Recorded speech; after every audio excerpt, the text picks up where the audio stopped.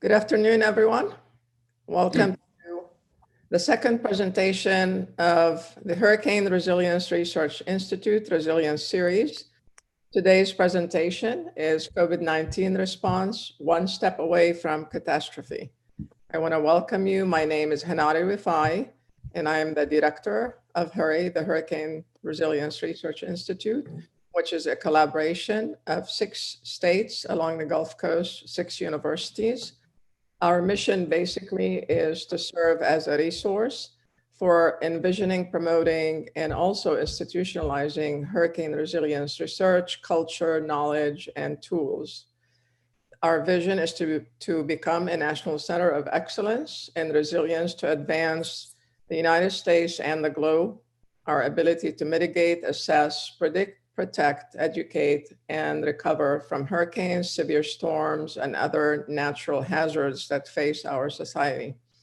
It is my pleasure today to welcome you to this seminar, and we'll start by introducing the moderator for the presentation, Dr. Liao from the UH Medical School. He is the chair of the Health Systems and Population Health Sciences Department at U of H, and he will be moderating the speech today. Dr. Liao. Thank you so much for having me here today. It's an honor to moderate this session and to be in the session with David Gruber and Dr. Rifai. So as Dr. Rifai had mentioned, I am a family physician. I'm also the chair of Health Systems and Population Health Sciences at the College of Medicine. And briefly, I just want to talk about the College of Medicine and what we've been doing around COVID-19. As you may know, the College of Medicine has a mission to educate a diverse group of physicians, provide integrated evidence-based high-value care, to train our students to conduct interdisciplinary research, and to engage, collaborate, and empower communities. Our first class just finished. We had 30 students. We had nearly 2,000 applications, and we just have a phenomenal class, a class that we're all proud to call Cougars and to teach, and I think you all would be proud of them as well. 73% of our class are from groups that are underrepresented in medicine. 57% are first generation in college, and 100% of them are Texas residents. And these statistics are similar for our second class, which just started a couple weeks ago. So over the past year and a half, the College of Medicine has been involved in 3 different domains of COVID-19 response: care delivery, research, and education. So as many of you know, we have a clinic on campus. It's a partnership with Lone Star Circle of Care, which is a community health center. So we diagnose and treat patients with COVID-19. We administer vaccines in that space. We've also been participating in outreach events in the community. For example, we have distributed vaccines at Homeland Street Baptist Church. And then we also have participated in vaccination drives on campus. Our faculty have participated in research around COVID-19. We received a grant from the Walmart Foundation to study disaster planning. We participated in a grant from the NIH's Texas Community Engagement Alliance Consortium to study COVID-19 testing and barriers and facilitators to vaccine adoption among African-American and Vietnamese communities. And we also are working with the Centers for Disease Control and Prevention to encourage vaccine adoption using social media and pop-up vaccination events.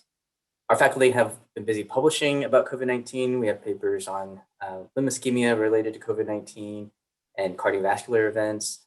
Our faculty have published on how lifestyle behaviors have changed in response to lockdowns. Dr. Rifai and I worked on a paper where we assessed COVID-19 vulnerability at the census tract level. And then our other faculty have worked on contact tracing standards. In addition to teaching our medical students about COVID-19, we've developed a Coursera course on contact tracing, and we've had over 15,000 students participate in that. Our faculty have been prominent in Texas Observer, the Houston Chronicle, and Health Matters, which is a radio segment on Houston Public Radio. And finally, we had a summit, a health equity summit in the spring. And that's where we brought together community members. We had participants from U of H, Harris County Public Health, the Houston Health Department, Prairie View A&M, Baylor College of Medicine, the religious community, HISD, the Houston Hispanic Chamber of Commerce. And we came together to talk about COVID-19 testing, vaccination, and the mental health effects. And during that meeting, we heard about how efforts to test and vaccinate community members cannot be one size fits all. They needed to be tailored to communities.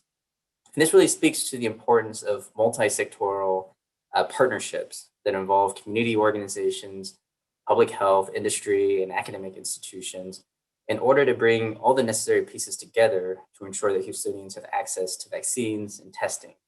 And that's why I think today's talk is so important. It's important that we get experts in academics and government together to tackle these complex problems. In the chat, I'm going to post the report from the summit so you can take a look at some of our findings. But it's my honor to, let me just stop sharing my screen. But it's my honor to introduce David Gruber. He's received his degree from Rutgers University. He has a master's in strategy from the U.S. Army Command and General Officers Staff College. Spent 21 years in the U.S. Navy, serving as a pilot, an intelligence officer, and a chemical biological warfare specialist. After the Navy, he was the senior planner for Dallas County Health Department. And that was followed by service in the New Jersey Department of Health and Senior Services, and then the New Jersey State Public Health and Environmental Laboratories. Prior to returning to Texas, he was a special assistant to the New Jersey Director of Homeland Security and Preparedness. And he's currently the Texas State Department of State Health Services Associate Commissioner for Regional and Local Health, Border Health, Emergency Preparedness, and the Texas Center for Infectious Disease. So please join me in welcoming. Thank you. Well, good afternoon, everybody. And I want to thank everybody for the opportunity to speak with you today. What I plan to go over is, excuse me, from the Texas state perspective, how we've handled the COVID-19 pandemic, particularly focused on those critical areas where we could have collapsed, but based on some activities that we put in place and that we're still putting in place, unfortunately, we were able to bend but not break. I will lead in this by saying that we are very fortunate to be in Texas.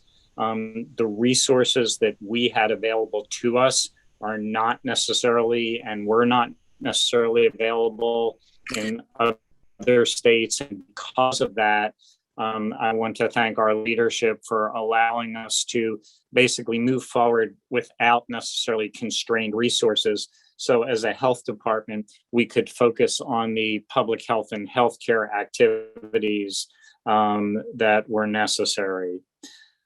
So if I go to the first slide, basically we are in the process of fourth wave. I guess if I had spoken to you back a few weeks ago, I would have said we had three waves, which was the initial wave of COVID-19 activities that occurred during the summer that bumped them up, particularly after the July 4th holiday.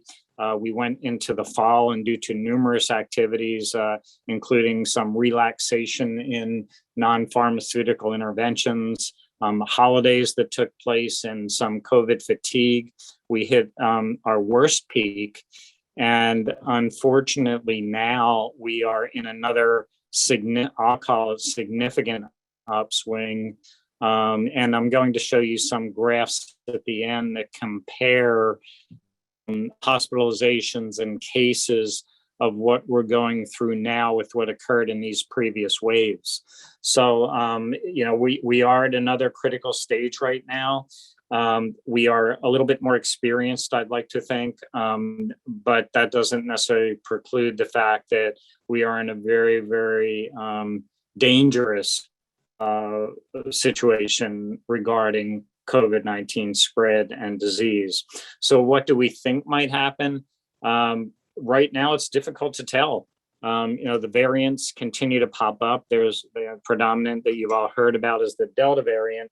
I just saw that in Florida, there's a variant called the Columbia variant, which is relatively new. It doesn't seem to be as bad, but that's still, another variant. And all of you that are on here probably recognize that anytime a virus has the opportunity to replicate, it has the opportunity to mutate. So until we reduce the replication activities, until we protect ourselves from the virus, we still have to be careful. So what were the key activities that took place when COVID first hit? You all heard was the idea of flattening the curve and the idea of reducing the number of cases that the communities were experiencing so that the healthcare system was able to keep up with those cases, but also to kick the can down the road so that we had more people who were not exposed. And then when the vaccine came available, we'd be able to vaccinate them, hopefully preventing them from ever getting the virus. So that was the whole concept behind flattening the curve. And the way we did that was initially through non-pharmaceutical interventions. Going way back to March, there was, and right now there's still limited ways in treating COVID, the SARS-CoV-2 virus. There's no miracle solution to it. A lot of it is just working the patient through the care that's necessary. But again, even with some of the therapeutics available, there's no magic medication that gets rid of the virus or medication, with the exception of vaccine, that prevents the virus. Communications are a critical component to our defense, making people aware of what was going on. Everybody talks about communication, talks about it being one of the most difficult things. It truly was one of the most effective methods of protection against sickness, illness, infection that we've seen. Another thing that I'll note is that I was in the middle of the Ebola response a few years back. That was the first time that I noticed the significant role of social media in a public health outbreak. As we were responding to Ebola, we frequently were responding just as much to what was being shown in social media as we were to the cases themselves. Learning from Ebola, the Department of State Health Services and other organizations were exceptionally proactive in the social media world, trying to get out the right message. But also, as you've all seen, and a particular note in the last few months when the Surgeon General came out and announced an offense against bad information that came out against social media. So communications really is a major player, and it's not something that you just sort of talk about on the side. It has to be talked about as a key component. The third defense was our healthcare system. When people went into hospitals, went into healthcare facilities, we had to make sure that the beds were available, the staff were available, and that the resources were available. So those were our defensive activities. The only offense we had at that point was a combination of the non-pharmaceutical interventions surrounding prevention and also communications as far as prevention.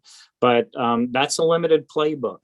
And it's also a playbook that's difficult because, quite frankly, a lot of people did not know and still don't know what public health does for a living. And when they hear public health interventions, a lot of times people just ignore it because it's just not something in their normal lingo.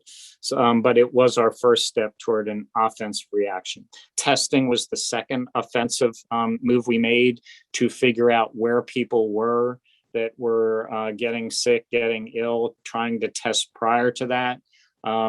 At some point, we hit the curve where there were so many positives that there was not the ability to identify through testing pockets where we could contain the disease. That's one of the characteristics of a pandemic, where the disease is so overwhelming throughout the community that the traditional epidemiological interventions are exceptionally difficult. And finally, the third offense, and our major offense right now, is the vaccine triangle. But when you look at that triangle, you have to look at the availability of the vaccine, the availability of vaccinators, and the willingness, of course, of those who want to be vaccinated. Right now, if I look at that triangle, there's plenty of availability of vaccine, there's plenty of availability of vaccinators, but you all know the battle that we have as far as those who still do not want to get vaccinated.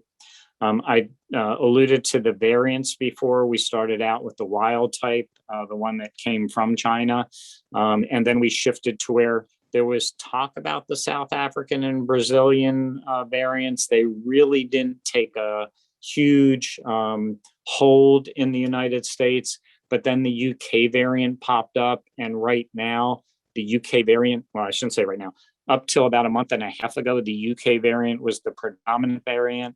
Right now, the Delta variant is the predominant variant in Texas and across the United States. And of course, any variation in a virus is meant to assist the virus in surviving.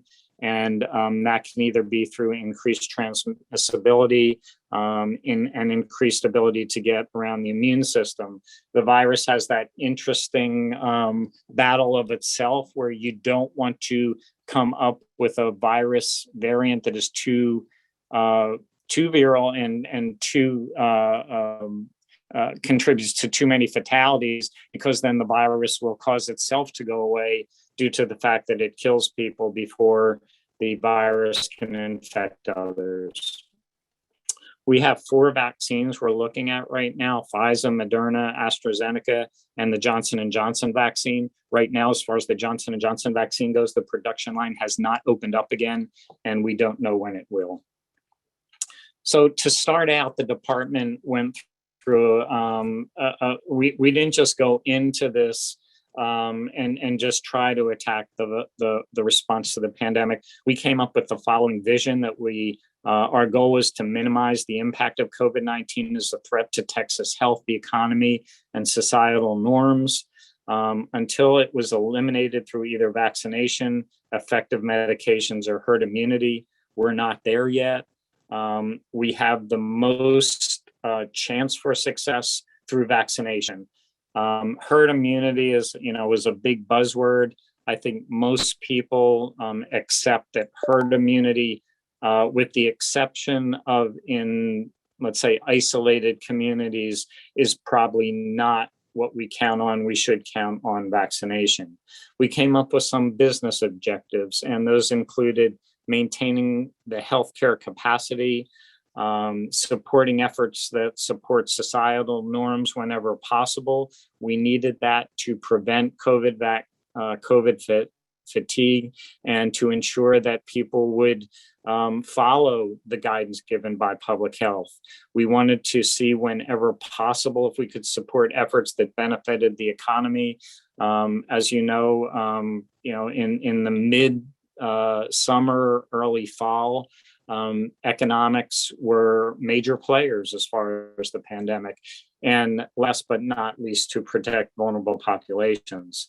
So this is a busy slide. I'm not going to spend a lot of time on it, but you can see that the adaptive response to COVID-19 went from a public health activity to a healthcare delivery system activity, and probably is returning to a public health activity.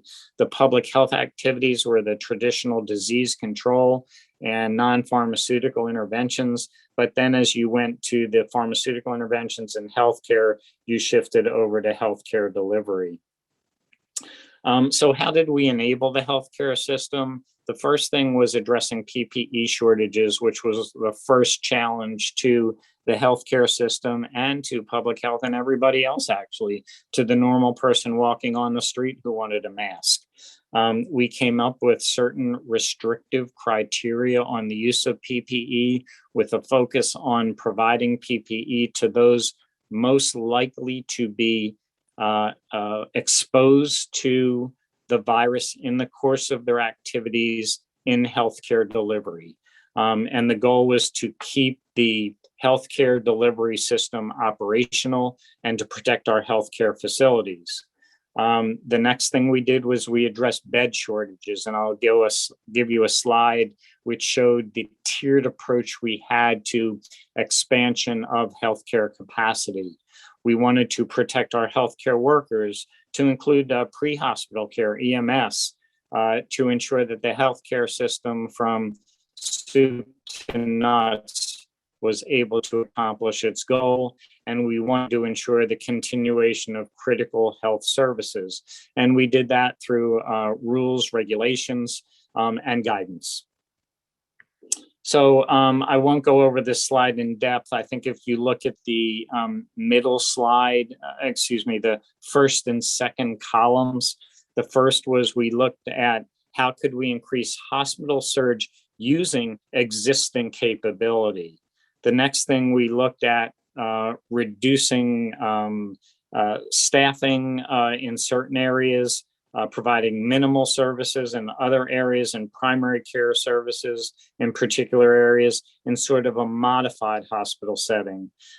Then we looked at how we could build out the healthcare environment through general beds, increasing healthcare providers, and increasing supportive care. And then we increased it. And the worst case scenario was if, in fact, the hospital and healthcare system was overwhelmed, having to send people home and having them handle things on their own at home. I am pleased to say that the healthcare system was able to keep up with the ICU needs. I will not say that it was easy, and there were certain areas which you all know about, in which the healthcare system was strained, stressed almost to the breaking point, but we did not have to go to a crisis standard of care model like other states. That was one of our primary goals, was not to go to crisis standard of care, that anybody who came into a hospital would receive the same care as anybody else throughout the course of the event. So what were some of the critical steps? As I mentioned, we reduced the drain through PPE conservation, selective procedures, getting rid of non-elective procedures. It was interesting that when we first did that in the beginning of the pandemic, and there weren't a lot of hospital cases, we had a lot of excessive capacity, and it was that fine, sweet spot of how do you reduce elective surgeries, maintain capacity, but also allow surgeries to continue when needed, and without interfering with the capacity for COVID. We used adaptive internal hospital procedures that hospitals have exercised in the past, and we also focused on isolation at home whenever necessary. I mentioned about PPP allocations before, and you can see the differences between reducing drain, maintaining or sustaining existing capacity, but also building additional capacity. And we were in a position where we supported sending healthcare workers to hospitals. What I found very interesting and pleasantly surprising was that there was not the obstacles to having outside healthcare staff come in and work in hospitals.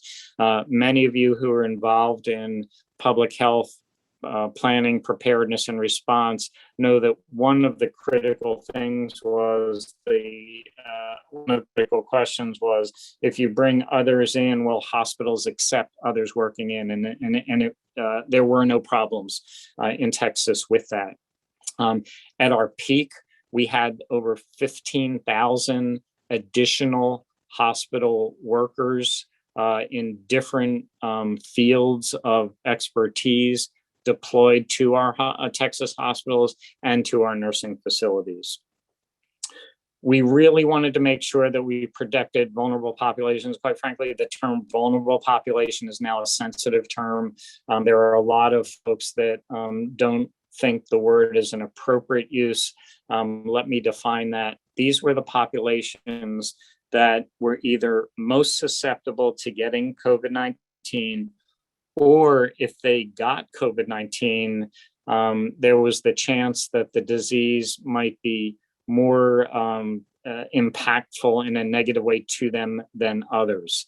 And I think that's our definition of vulnerable population, whether it's those who are of a certain age in which the virus was most likely to attack, whether it was those who had some medical or mental conditions that again fed into those individuals being most impacted, or those that were in underserved communities that didn't have access to good food, good health, that would help them combat the disease. So that was one of the key issues, and you can see the points there. We also wanted to maintain the cohesiveness of the public health and healthcare delivery system. We put out some common goals and objectives, maintained a foundation of science for the healthcare, and stuck to that. That can be very painful, as you all know. We wanted to make sure that we linked public health with healthcare, and we also wanted to make sure that we put in place activities that ensured the exchange of sound information, and we continue to do so.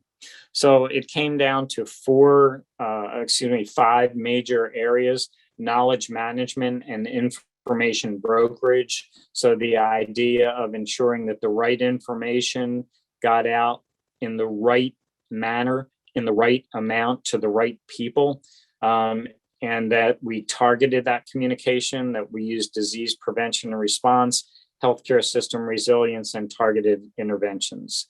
So to conclude, what I want to do is go over 4 or 5 graphs that show the different waves that I spoke about. Wave 1 was the summer wave of last year. Wave 2 was the winter wave, and wave 3 is our current wave. And what you can see, particularly in new confirmed cases, and this was actually earlier this week, I will say the numbers that I heard this morning probably make the current wave a little bit of a steeper curve.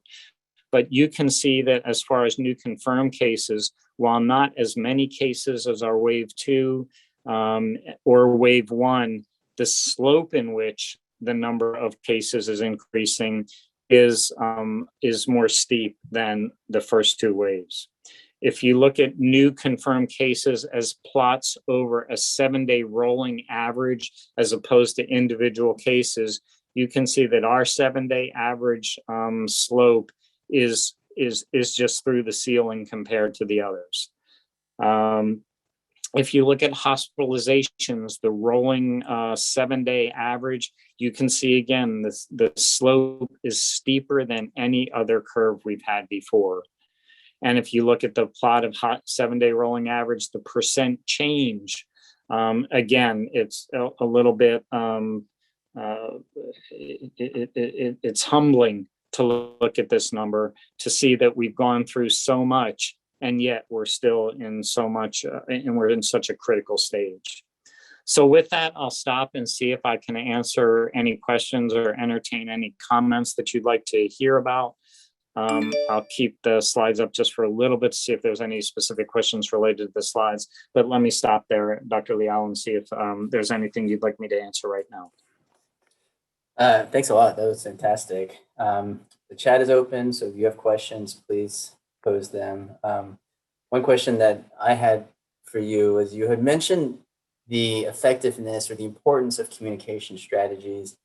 Maybe you could talk about if your group has identified any communication strategies that you thought were particularly effective for those who are not vaccinated. Yeah, great question. I think the strategy for those that are not vaccinated is not, and I think this is a general strategy for public health.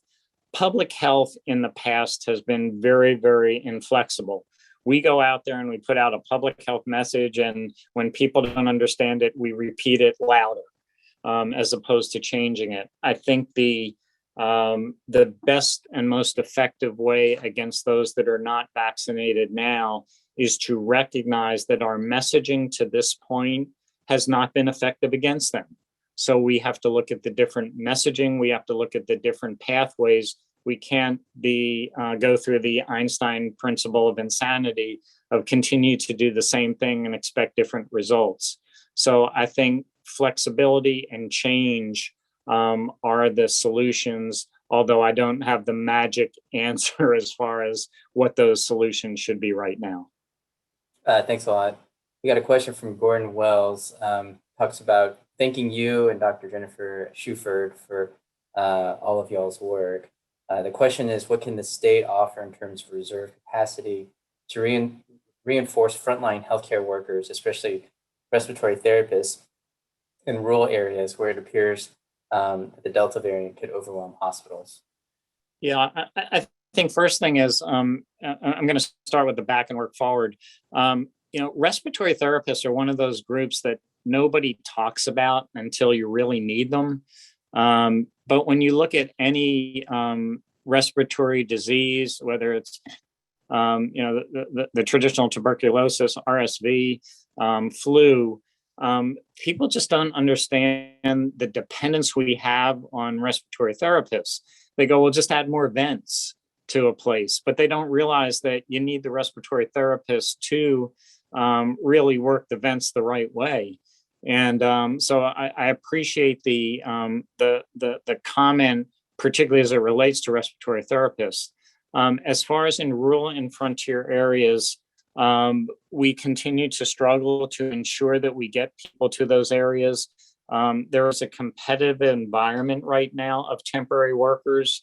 I think the good news is that there is funding available to be able to hire temps. So money shouldn't necessarily be the issue. The issue is how to find people when you are competing not only with the rest of Texas, but with the rest of the nation. I won't go globally as far as our healthcare workers. I think competing with the rest of the nation. I think the best thing to do is ensure the connection between healthcare and emergency management in your areas, healthcare and any state representatives, so that when there are those obstacles that prevent the bringing on of the necessary healthcare workers, that the state is made aware and can work holistically to try to come up with a solution. Thanks a lot. Dr. Rafai asks what we're all thinking, what will it take to eradicate the virus?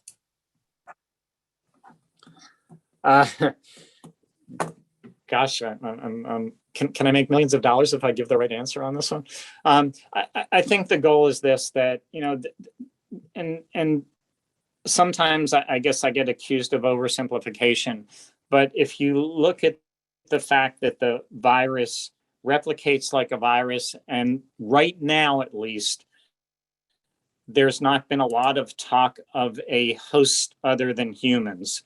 So if you can stop the spread within the human population through the combination of the non-pharmaceutical interventions, vaccination, and communication, and get it to where you can go to the traditional epidemiology where when you have a case, you can surround that case and contain the case.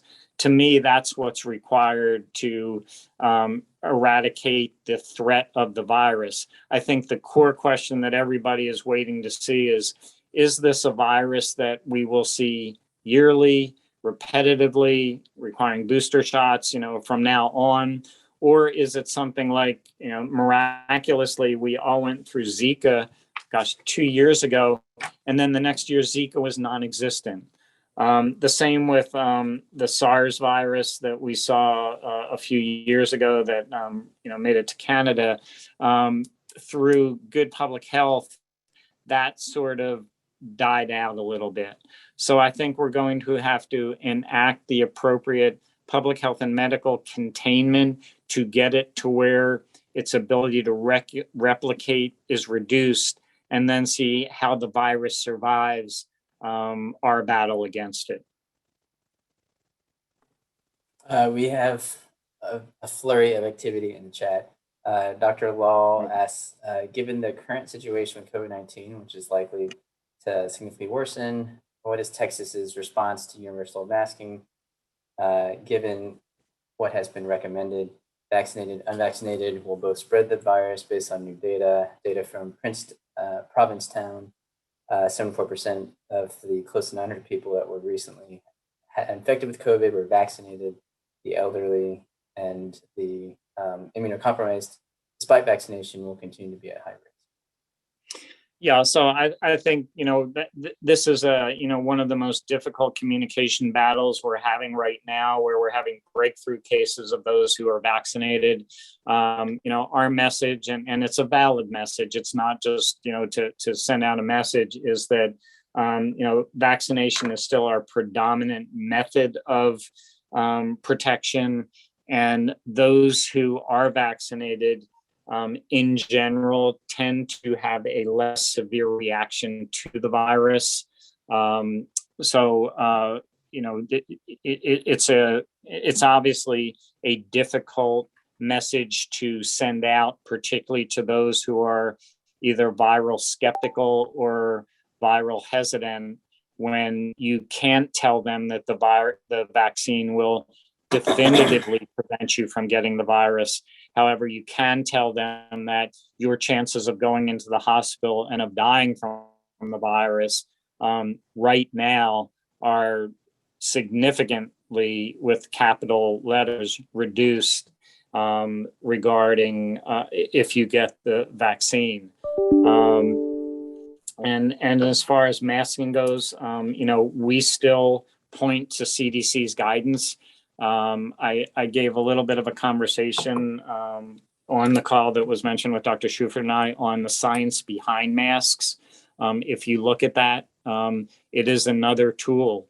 I think the thing that we have to get out there, and again, we may or may not be successful with it, is having people recognize that there is no miracle solution to this. It is a combination of things that will be the fight against the virus. And that's the best we can do right now. Thanks a lot. The next question, Dr. Nguyen asked, well, thank you for speaking at University of Houston today. I'm not sure the executive order the governor released yesterday is following the best science. I think the relaxation of masking requirements recommended by the CDC in May shows that personal responsibility is not enough. Since we are a state institution and required to teach in person this semester, what steps can we take? Keep our students, staff, and faculty safe? Can we require frequent negative surveillance testing? So I think, first of all, and I'll confess that the governor's announcement yesterday, I've only read once. Where I was encouraged in the announcement was the reference to DSHS, and that we still can provide we can provide guidance as we're allowed to, is that the guidance is still recognized as solid guidance. Our guidance that we're putting out right now is that we are supportive of CDC's comments and recommendations.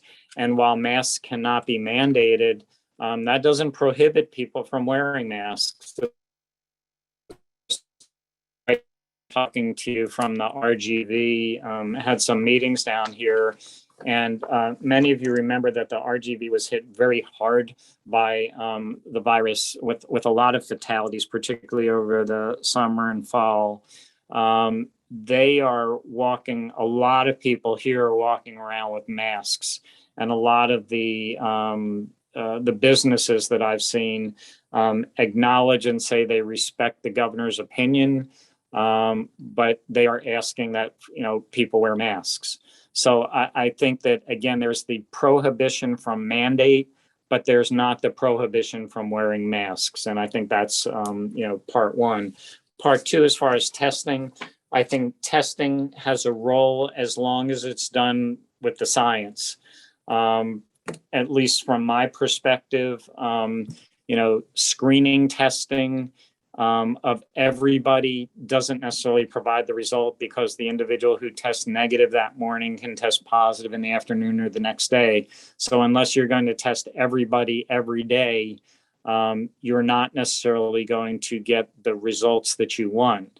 However, focused testing to prevent spread, or for those who may have been exposed, I think that the science does support that type of testing, and I think that that each organization should look at the best way to implement good testing protocols.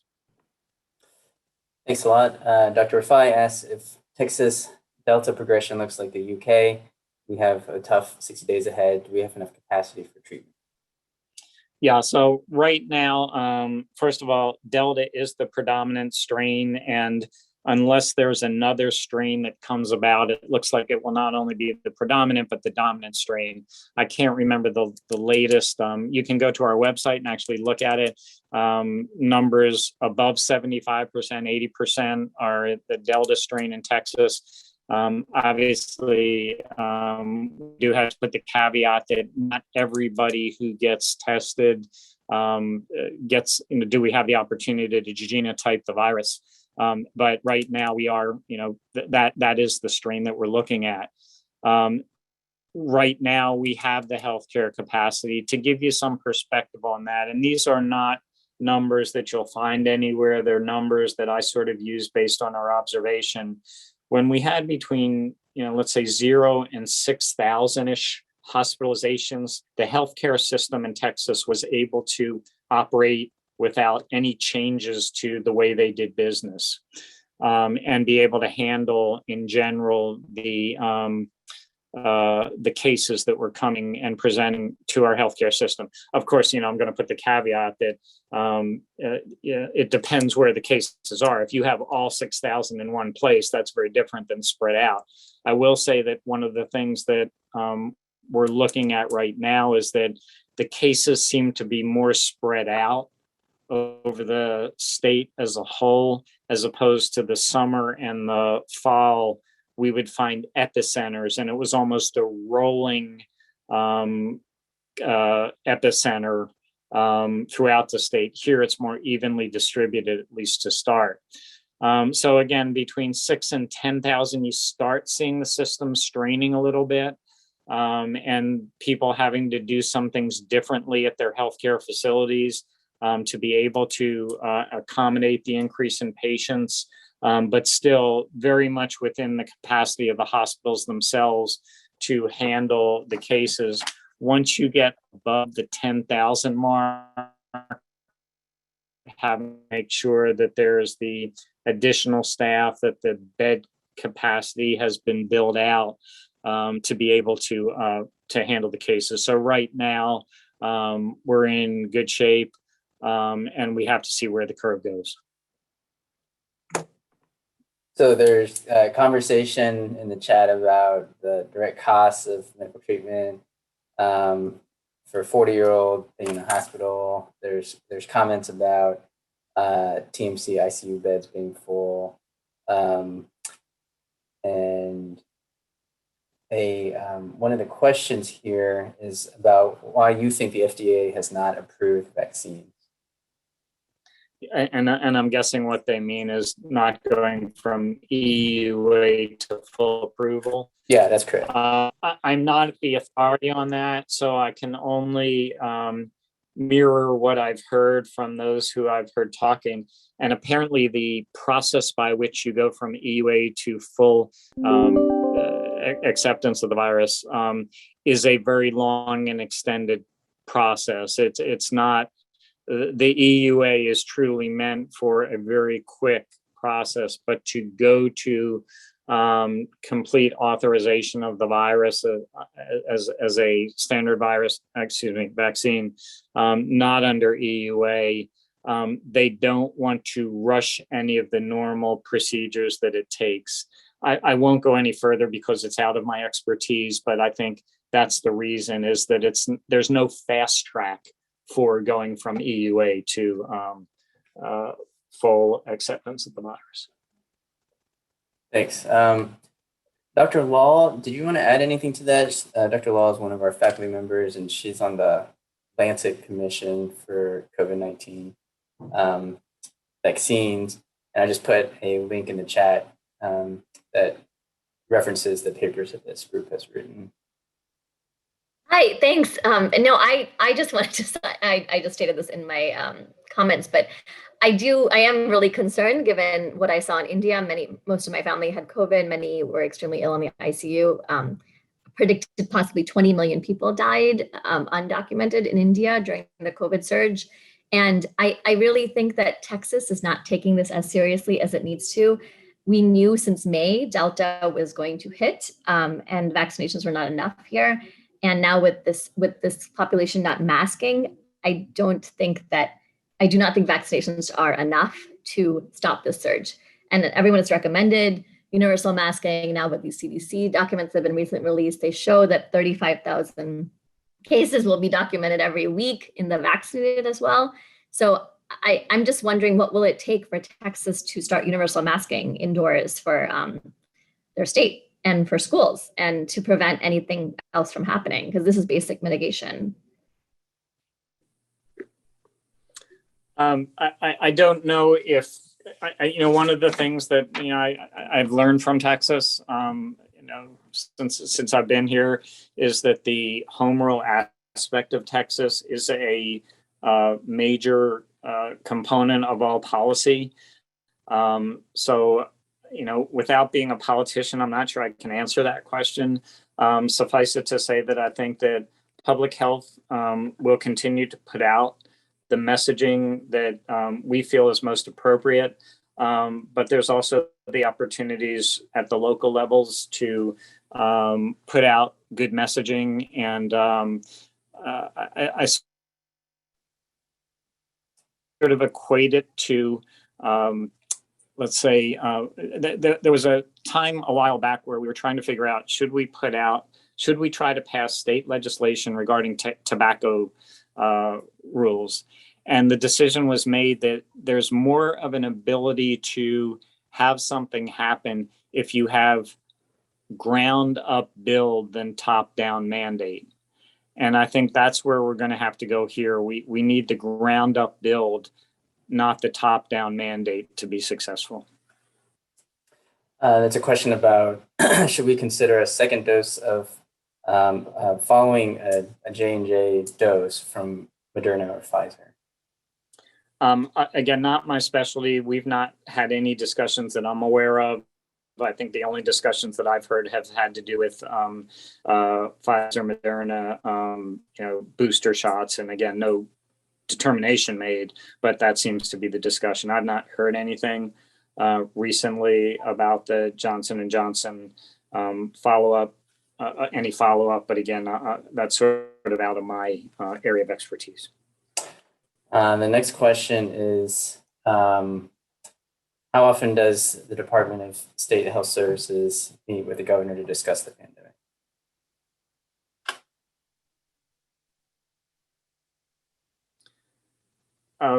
There's continued, that Wednesday, I'm on a call with the governor's office. I can't speak directly for the governor. I don't meet with the governor, but every Wednesday we do have a call with the governor's office as a standard call, but there are frequent meetings with our commissioner and others as far as meeting with the governor's office. And thank you so much for taking all these questions. I think this has been really helpful. During your presentation, you talked about the reduction and different measures. So different measures that were implemented early on in the pandemic, and then we sort of pulled back. And I'm curious, given the Delta variant, whether you think some of these measures will be reinstated. I know we talk about masking, but there's other things that you mentioned, such as elective surgeries. And are there things that you think are going to be reinstituted given this third wave? The short answer is right now, I don't see any things. I think and also we are in a different environment. So first of all, the PPE is now available for our healthcare communities. There's no shortages of PPE. So one of the reasons for reducing elective surgeries was it would be using up PPE that others might need. So fortunately, we're not in that situation. The other part is that there is a solution to some of this, which is vaccine, which even if there are some breakthrough cases, there's a lot of non-breakthrough cases. And consequently, we have the ability to use that as a activity. I'll also mention that, and I told you about my observation about being in the RGV. There's a lot more acceptance by a lot of people of just doing those non-pharmaceutical interventions on their own. These were strange things to the United States, wearing masks. I remember when I visited China years and years ago where people were wearing masks all around, and you sort of looked at it, it was weird. But right now, the norm in the United States has changed a bit. So I think all of those are positives. That doesn't necessarily mitigate the fact that we've got a dangerous strain. So I think we will, we are, I'll call it, we're members of a highly flexible organization.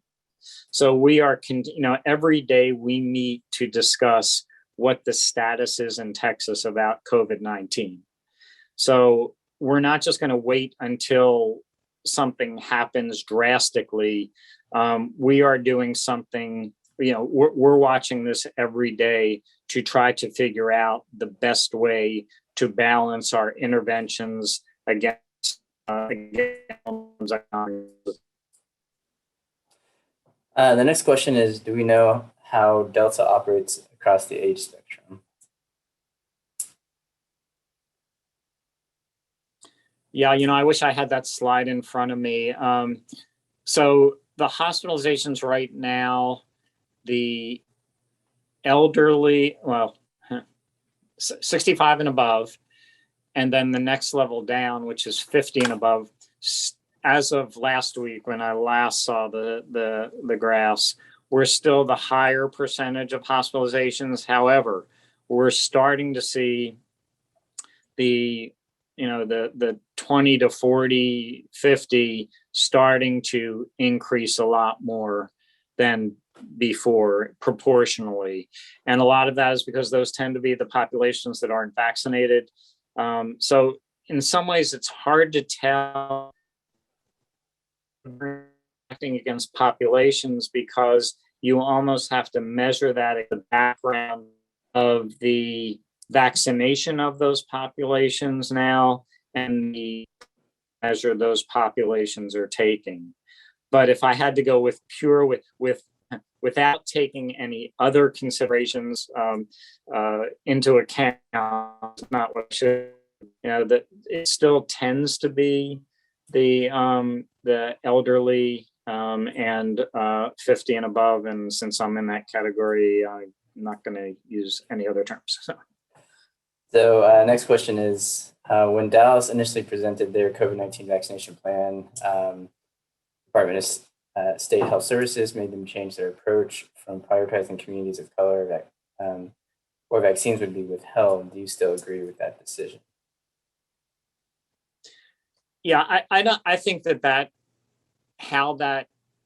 the press characterization of that was not the appropriate characterization. I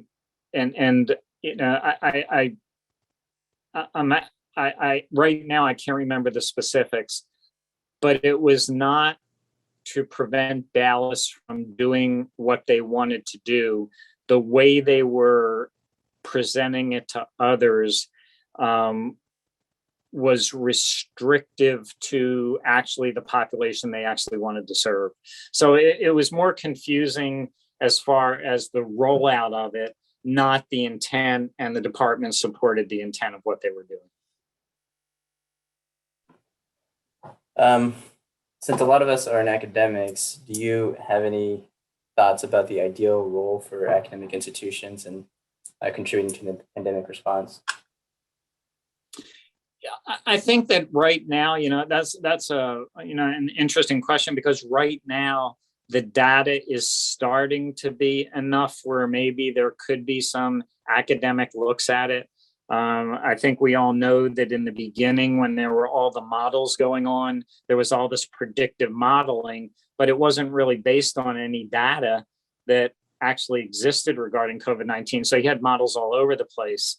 I think we're starting to get to the point where there's data that supports academic look at it, where the traditional academic approach can be a valid approach right now.